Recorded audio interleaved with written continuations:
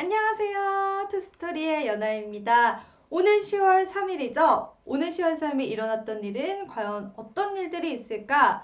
연아가 콕 집어서 중요한 사건을 알려드리도록 하겠습니다. 오늘 연아가 선택한 사건은요, 바로 동독과 서독의 통일입니다.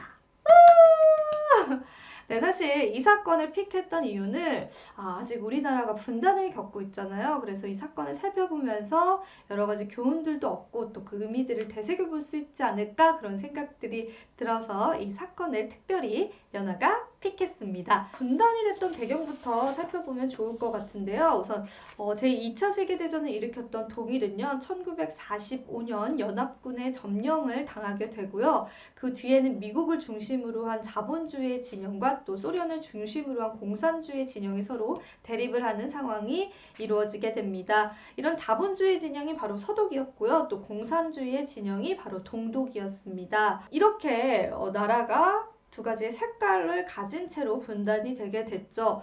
그러고 나서 시간이 조금 흘렀는데요. 이 동독 사람들은요, 서독 사람들을 굉장히 부러워했다라고 합니다.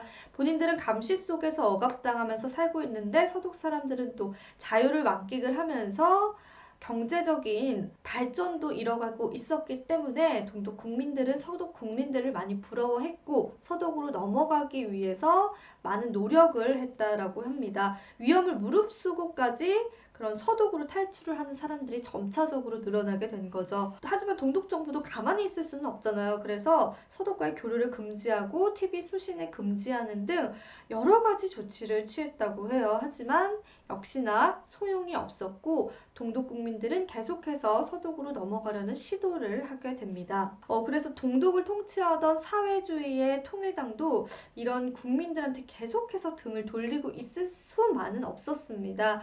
그래서 당에서는 호네커 서기장을 해임을 시키기로 하고 새로운 서기장이 된 크레츠는 과감한 개혁을 약속을 했지만 그럼에도 불구하고 동독 국민들은 동독 정부에 대한 불만을 계속 가지고 있었다고 합니다.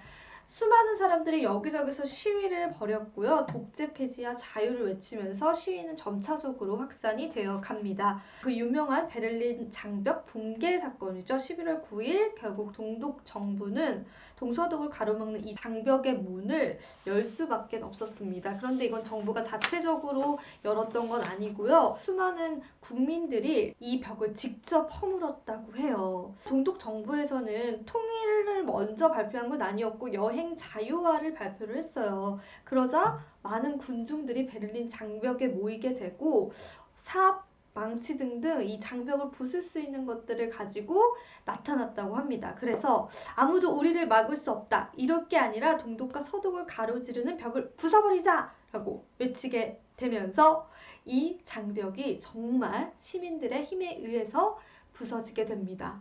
이 소식을 듣던 서독 사람들은요, 동독의 사람들 환호하고 응원해주고 또 이렇게 넘어온 사람들을 부둥켜 안아주면서 뜨거운 우애를 또 다졌다고 해요. 어차피 우리는 한 민족이다. 넘어오게 된 걸 축하한다. 앞으로 한 민족으로서 다시 살아가자. 라면서 정말 가슴 뭉클하고 감동적인 역사적인 장면들이 재현이 됐다라고 하는데 지금 생각해봐도 이 장면은 그려만 봐도 정말 가슴 뭉클해지고 따뜻한 그런 장면이 아닐까 싶습니다. 그로부터 1년이 지난 뒤에 동독과 서독은 이제 절차적으로 공식적으로 통일의 절차를 밟아가게 됩니다.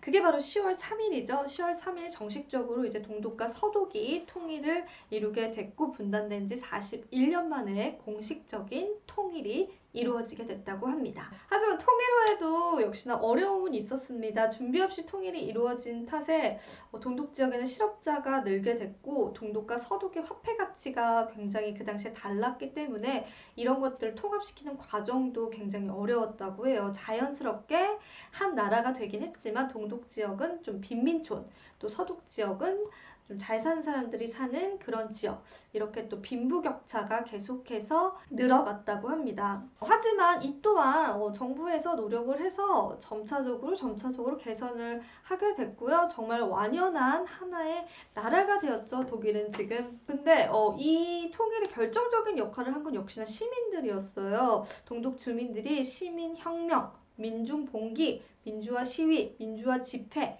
반정부 시위, 반정부 집회 등등등 정말 여러 가지 시위들을 하게 됨으로써 이 정부를 내려오게 했던 결정적인 역할을 했습니다. 그럼 우리나라랑은 어떤 다른 점이 있었을까? 조사를 해봤습니다.